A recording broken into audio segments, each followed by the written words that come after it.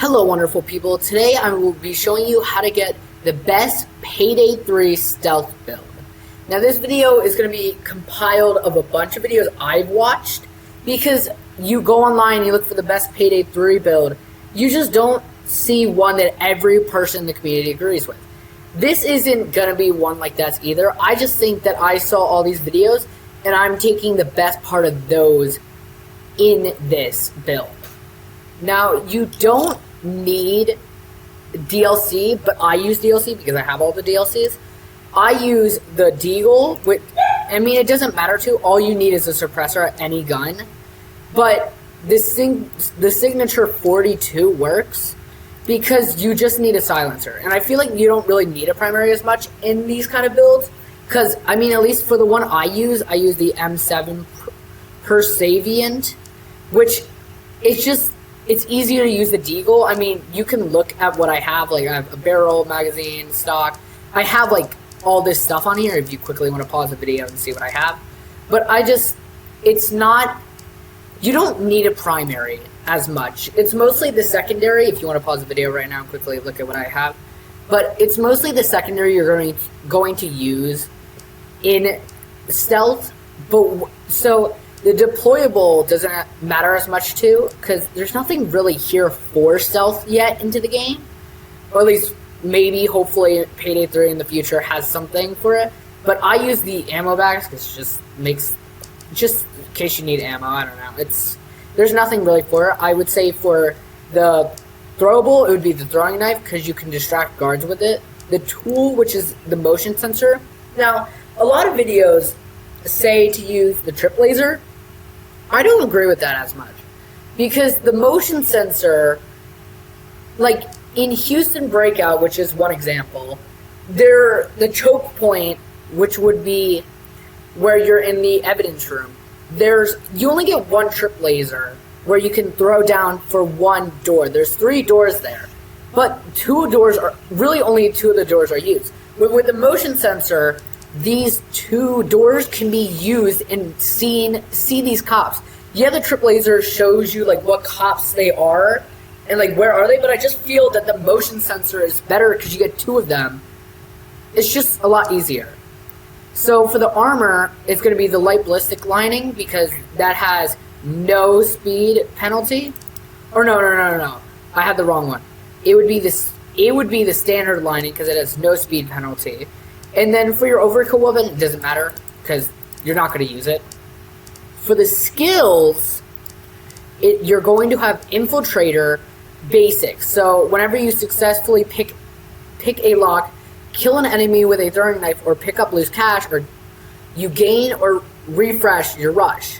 You want to have Infiltrator ace, because whenever a guard begins to detect you, you gain rush. That is really good because, like I said, we're going to be using the throwing knife. So the throwing knife, it will give you rush. Then you want to have quick fingers. As long as you have rush, a successful lockpick jiggle will immediately pick the lock. That is really good because if you're killing a guard with the throwing knife and then you use quick fingers, you get through like a door. Say you killed the guard and then you need to hide the body. There you go. You quickly get through that door to get it. And then bagger. As long as you have rush, you loot 50% faster. It's just really nice to have. I would say you want escapist. Whenever you are masked up and sprint for at least 30 seconds, you gain rush. Aced, and you don't want to have it aced.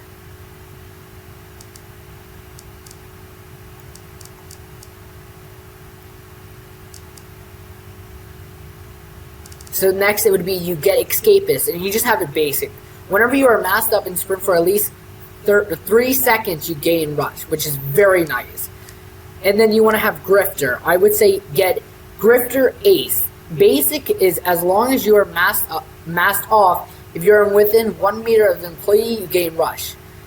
Ace. So whenever you mask up on any civilians and employees within 10 meters that you can see, you will become they will become intimidated.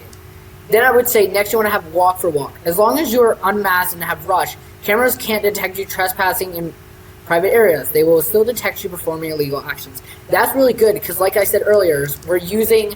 So you kill a guard, with a throwing knife. Then you gain rush. And then you have the quick fingers to get through somewhere. And then you also have your unmasked. You can use the quick fingers to like lockpick something even there's a civilian nearby. Then you want to get social engineering.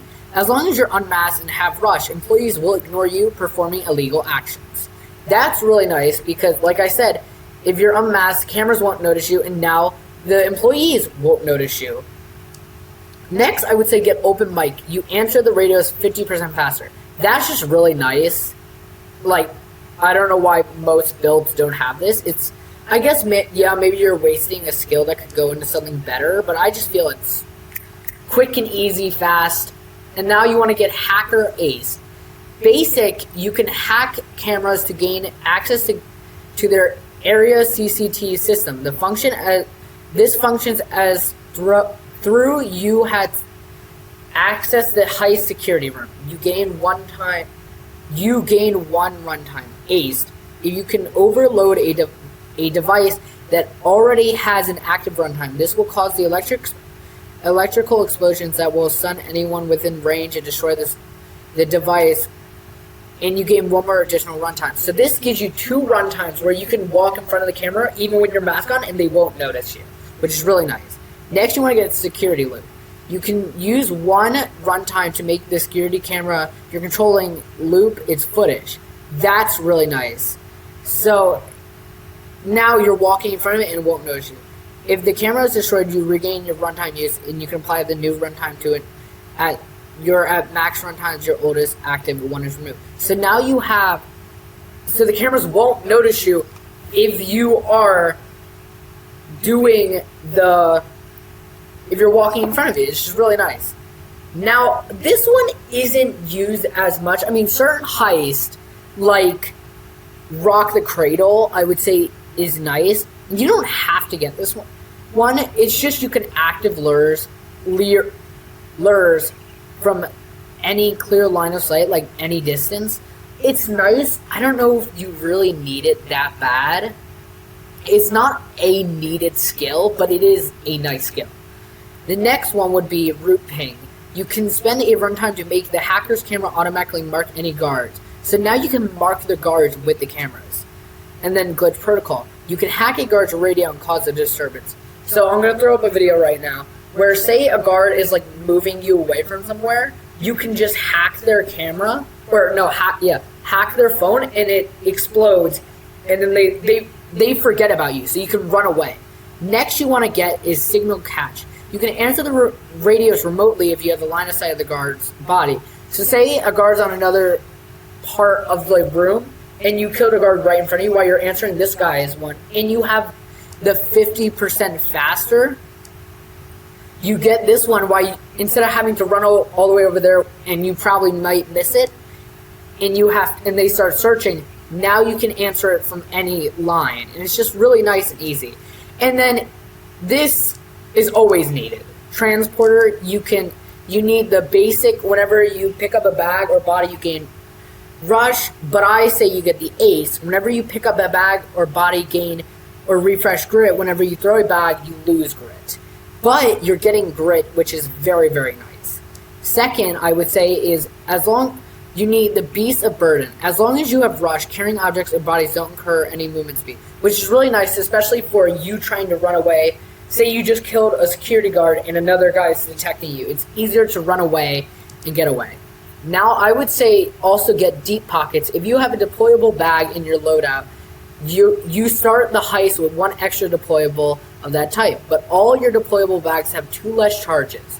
So now you have 2 charges, this is your ammo, and it's not as useful, but like I said, it's not as useful just like the appliance breacher, but you can still have it. Like, it's nice to have. And then if you don't have this, don't play the game. It's power left.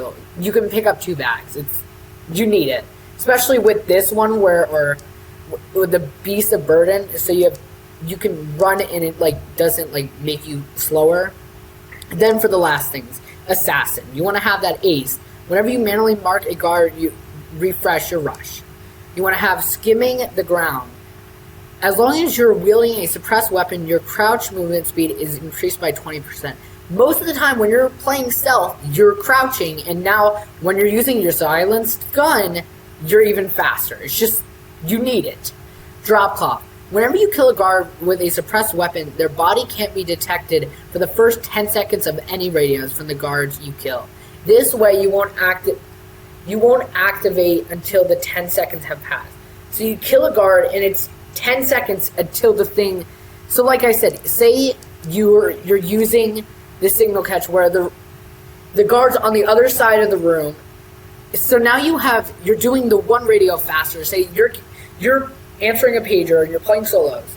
You're answering the pager under you that you're doing. On the other side of the room, there's another guard that you killed. So now you answer the radio faster, and you don't have to run all the way over there for the line of sight. But you're also answering, you have 10 seconds extra too. Now you want killer kinetics, I can't say, I'm sorry. Whenever you kill or mark enemies with a suppressed weapon, the nearest unmarked enemy within 10 meters of the target will become marked. That's really nice. So if you kill a guard and there's a guard like behind a door or something and you didn't know, now you know because they're marked. Then you just want to get, for the last skill point, Assassin's Meteal. If you have one armor chunk or less, killing a marked enemy with a suppressed weapon will heal you for 5 health or 10 health if you're below 50% of your max health. If you are already maxed up, you will receive Adrenaline. Now that's really nice because with the standard lining, you only have one chunk. Now that's the skills. I'll go back and I'll quickly leave it up on the screen for you guys to quickly get them if you didn't get them already.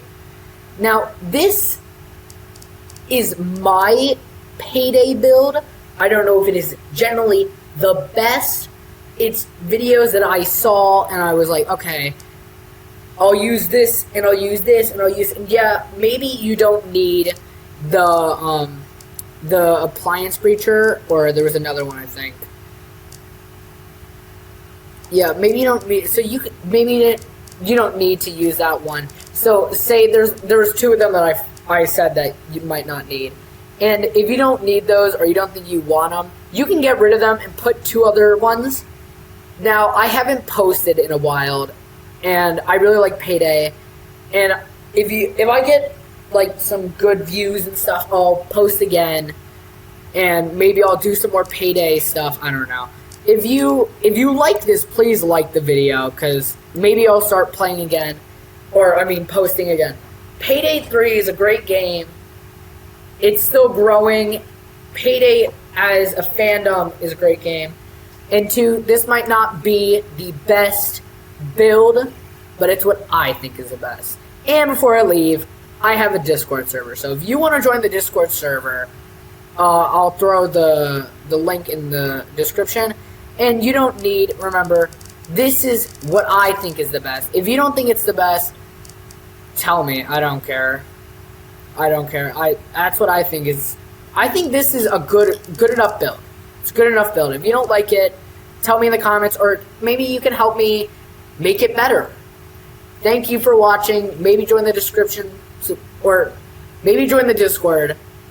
Subscribe. No, you should subscribe, and you should like. Thank you. Bye.